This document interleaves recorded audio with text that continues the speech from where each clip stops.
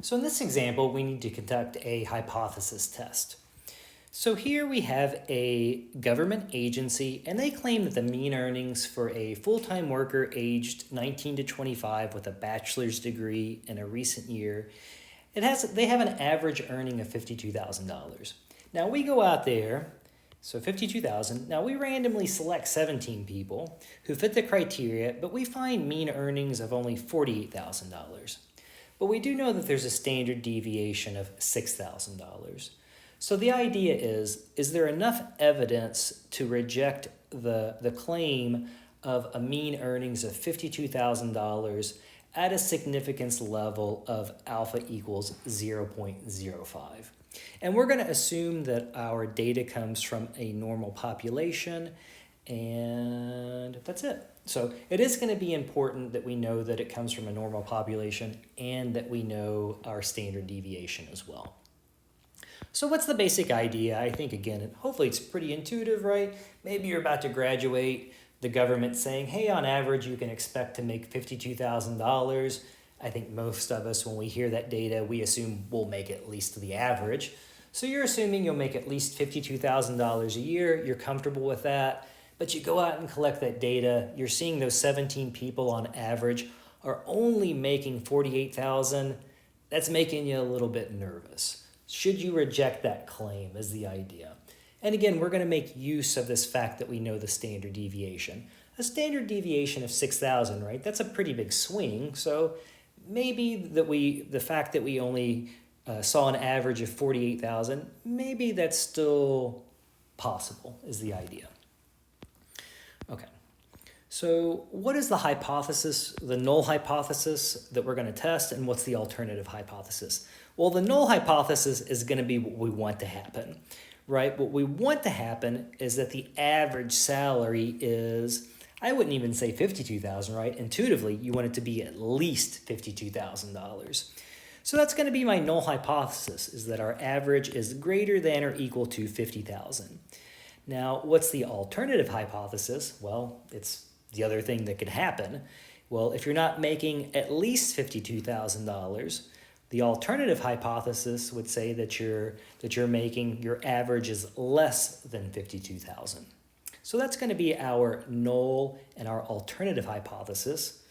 Okay, so far so good. Now, what do we do? How do we actually answer the question? Well, what we'll have to do is we are going to have to compute our test statistic. Okay, so again, we picked our level of significance alpha, and this will be either given or you will pick it. And again, picking is a judgment call. So the smaller the level of alpha, sort of the more sure you can be that you're making the correct decision about the null hypothesis. So we're going to compute this test statistic, and again, I have the formula here. As I've put off to the side, you're going to use this test statistic a lot. So I would definitely put it in your notes. If you don't have it memorized, at least be able to find it quickly.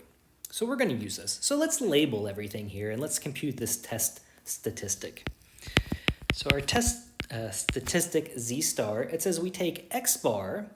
So X bar is just going to be our sample mean or sample average from our data. And we computed that. We found that the sample mean was equal to 48,000. So I'll put that in there. Now mu, we picked that. That was equal to 52,000. And again, the rest of it was given to us. Our sigma value was given. We said our standard deviation, that was equal to 6,000. So that was given. And we divide that by the square root of our sample size, which we said was equal to 17. And we're going to compute that test statistic. Now, before I compute that test statistic, what are we going to do with it? What good is it? Well, let's think about that for a second.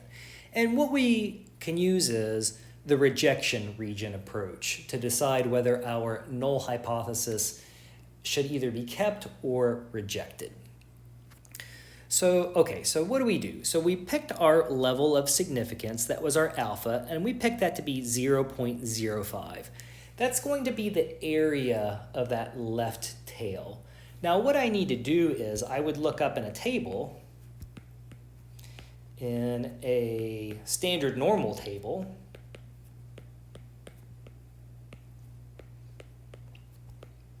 so all I have to do is look up in a standard normal table. I want to figure out, what value goes there.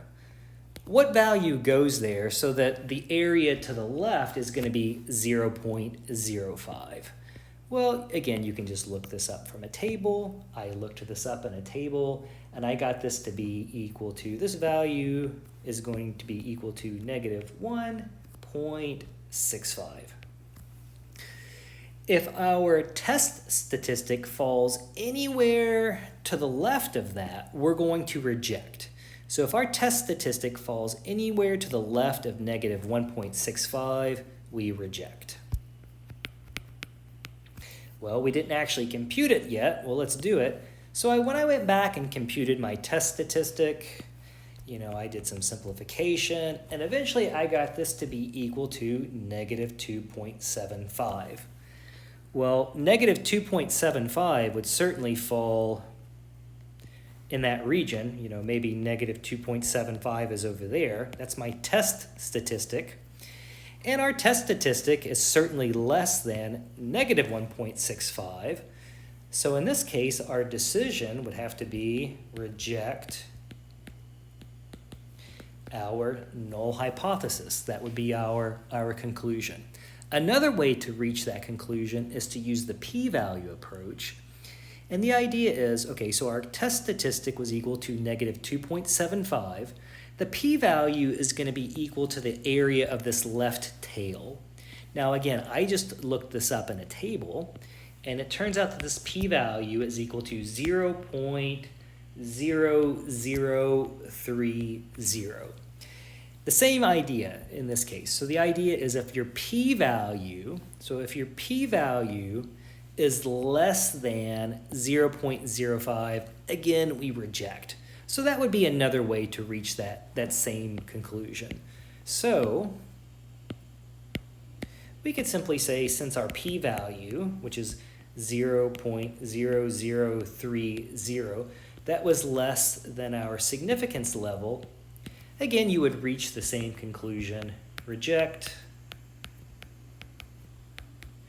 that null hypothesis, unfortunately, is what would happen. So in this case, you would have to reject the null hypothesis, and we would come to the conclusion that the starting salary on average is in fact somewhere less than $52,000.